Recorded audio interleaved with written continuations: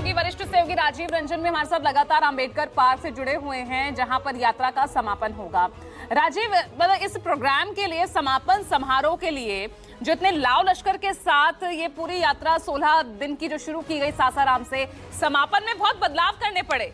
भाई, पहले जो ये यात्रा थी, ये गांधी मैदान में रैली होनी थी, उसको बदलकर पैदल मार्च में तब्दील किया गया। अब पैदल मार्च से अब जीप पर दिख रहे हैं। काफी बदलावों से गुजरना पड़ा है।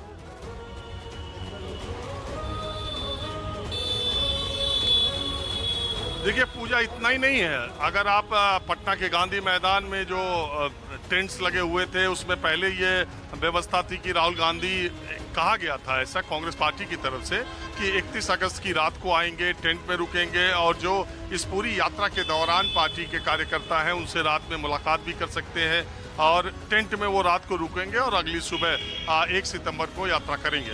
बाद में कांग्रेस पार्टी या उनकी तरफ से आप कहिए कि कहा गया कि इस बात की सुरक्षा की दृष्टि से इजाजत नहीं मिली राहुल गांधी को टेंट में रुकने की, इसलिए कार्यक्रम में तब्दीली कर दी गई। कल रविवार को जिला प्रशासन पटना ने इस बात को साफ किया। उन्होंने कहा कि ऐसी कोई इजाजत ली नहीं गई थी कि राहुल गांधी वहां टेंट में विश्राम करना चाहते हैं। जिस तरीके की इजाजत दी गई थी और पटना के गांधी मैदान में जो रैली के लिए आवेदन करने का वक्त है, जो निर्धारित प्रक्रिया है, उससे देरी से अप्लाई किया गया और तब तक आपको मालूम है कि पटना का पूरा जो गांधी मैदान का इलाका है वो तो किसी भी पार्टी या किसी भी नेता के कुवत में नहीं है कि उसको पूरा भर दे। उसके पार्ट्स को लेते हैं, वो शादी विवाह के लिए भी होता है, तो उसको वहाँ इजाज़त नहीं मिली। तो इसके बाद ये बदला गया, रैली की इजाज़त के बाद नहीं मिली, तो ये बदला गया कि अब पैदल मार्च किया जाएगा और इसमें अंबेडकर जी, गांधी के नाम से और अंबेडकर के नाम को इसको जोड़ करके पैदल यात्रा के तौर पे किया जाएगा। आपको मालूम है राहुल गांधी की सुरक्षा की दृष्टि से और तमाम तरह से उनको जो भी है शासन प्रशासन का ये काम है, उनको ये इजाज़त नहीं दी गई कि वो इतना लंबा पैदल मार्च करें। अब मुझे नहीं मालूम उन्हें इजाज़त नहीं दी गई कि गर्मी की वजह से उनके लोगों ने ये तय किया कि आधा रास्ता गाड़ी पे चला जाए, बाद में पैदल चला जाए।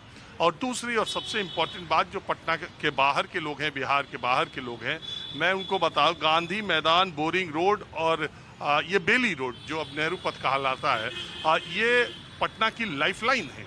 बोरिंग रोड, बेली रोड का अगर ट्रैफिक रोक दिया जाए, जो डाकघर से शुरू होकर के नेहरू पथ जाता है, तो पूरा पटना ठप हो जाएगा।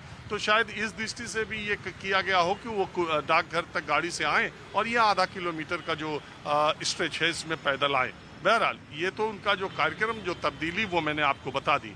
यहाँ पर फिर कुछ और लोग आ गए मेरे साथ, जहाँ कार्यक्रम ख़त्म होना है और पैदल यहाँ पर वो आएंगे और कुछ लोगों के साथ, देखिए यहाँ पर शांति, सद्भाव और मतदाता अधिकार पद यात्रा, जिसमें महात्मा गांधी, अंबेडकर और राहुल गांधी का चेहरा एक फ्रेम में करा के कांग्रेस के कार्यकर्ता आए हैं।